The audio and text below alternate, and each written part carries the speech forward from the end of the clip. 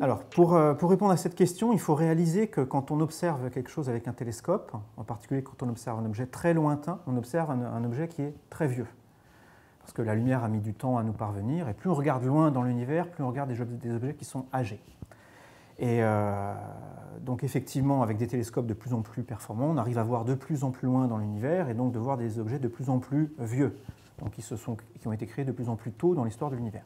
Pour répondre de façon factuelle à la question, les objets les plus lointains, ce sont ceux qui ont été créés les premiers dans l'univers, c'est les premières galaxies. Ils se situent à peu près un peu plus de 13 milliards d'années-lumière.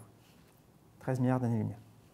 Alors, ça, c'est un chiffre qui va changer tout le temps, parce que tous les ans, on fait des découvertes. Là, c'est 13, demain, ça va être 13,1. Voilà. Cependant, ça va s'arrêter, ça.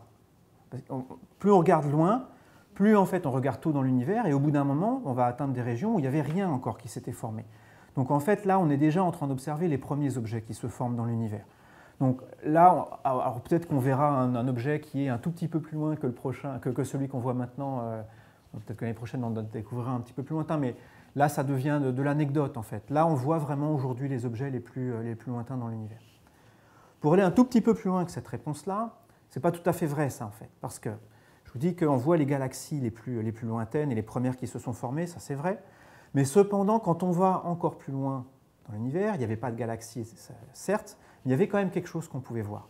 Et, juste pour vous faire vraiment en 15 secondes l'histoire de l'univers, le Big Bang en 15 secondes, vous êtes prêts? C'est parti. Big Bang, là on ne comprend rien, on ne sait pas ce qui se passe. Mais bon, l'univers est là, très dense, très chaud, et il s'expand à une vitesse assez grande. Il s'expand. Comme il est très chaud, tout ce que la matière qu'elle contient est constituée d'atomes qui ne sont pas vraiment les atomes comme maintenant, c'est-à-dire qu'ils ne sont pas liés entre eux, et même les électrons ne sont pas liés aux atomes. En fait, vous avez des charges électriques qui sont séparées les unes des autres. Et ça, c'est une conséquence super importante, c'est que la lumière ne se propage pas dans ces milieux-là. La lumière ne se propage pas dans ces milieux qu'on appelle des plasmas. Donc au début de cet univers chaud, là, la lumière a très peu de mal à se propager. C'est un brouillard, en fait. C'est vraiment ça qu'il faut voir. Vous avez un énorme brouillard, et en fait, on n'y voit rien. L'univers s'expand, et pendant cette expansion, il se refroidit.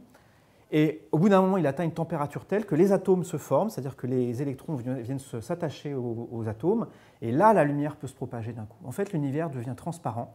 Il faut vraiment voir ça, c'est assez spectaculaire si on l'imagine. On est dans un brouillard, et tout d'un coup, le brouillard se dissipe autour de vous, et la lumière peut se propager. Cette lumière qui s'est libérée à ce moment-là, on la voit aujourd'hui, elle nous arrive. Donc on voit la lumière qui a été libérée à ce moment-là. Ça s'appelle le rayonnement de fond cosmologique. À cause de l'expansion, c'est plus de la lumière, c'est du rayonnement micro-ondes, mais on arrive quand même à le détecter. Et ça, c'est quelque chose qui se situe bien derrière les premières galaxies. Donc, en toute rigueur, l'objet le plus lointain qu'on voit aujourd'hui, c'est ça, c'est ce rayonnement de fond cosmologique, et il est à peu près à 14,5 milliards d'années-lumière de nous.